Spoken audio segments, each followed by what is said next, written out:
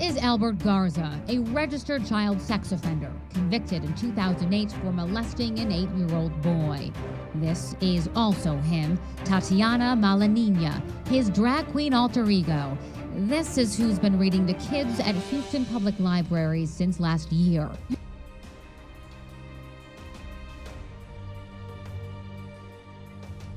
Understand who you're most afraid of. Why are you worried about that? I just want to make sure that when we protest as a whole, we're also protesting about churches, Absolutely. pastors, priests, because all the young men that are raped in churches, all the young women that are fondled in churches.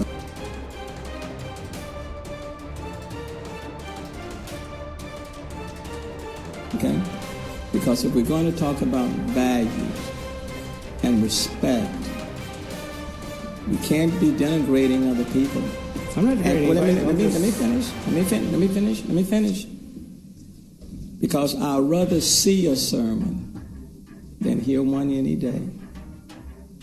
So if you're going to talk, if you're going to stand before me today and talk about values, especially biblical values, and let me be more specific since the speakers are here, Christian values, then it needs to be seen in your actions and in your conduct, which means respect is number one.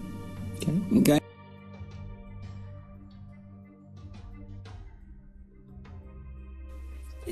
You mentioned the Bible and talked about a couple of issues. The Bible identifies all sorts of violations that we as a society overlook because times have changed, and what is seen as an abomination has also changed.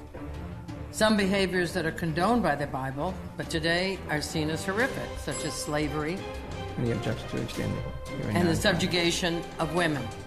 Exodus, for example, says that I can sell my daughter into slavery. I'm very fond of my daughter, and I really think she's led a good life.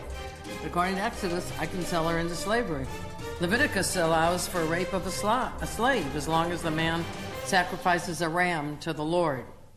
Leviticus also forbids cutting your sideburns or the edges of your beard. It forbids tattoos. It says those who work on the Sabbath should be put to death. It goes on to say, Timothy says that women should adorn themselves not with braided hair and golden pearls and costly attire. So the things have changed tremendously. I think we have to be very, very cognizant of that fact. There's a lot of different things today.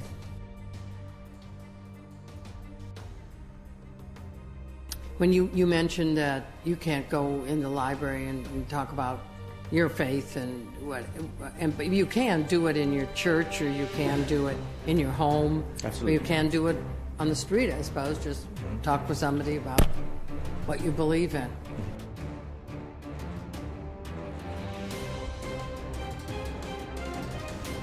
This program, the program that we're talking about, is a program designed for, in this case, it's not just men who dress as women. There are occasionally women who dress as men.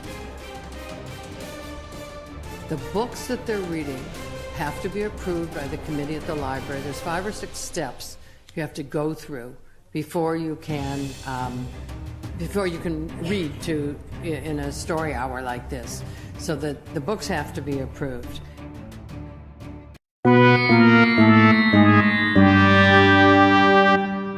This is a drag queen. This is someone who wants to dress in female clothes. We know the fact that, for many, many years on the stage, women couldn't have roles, right? So men had to dress as women and play women.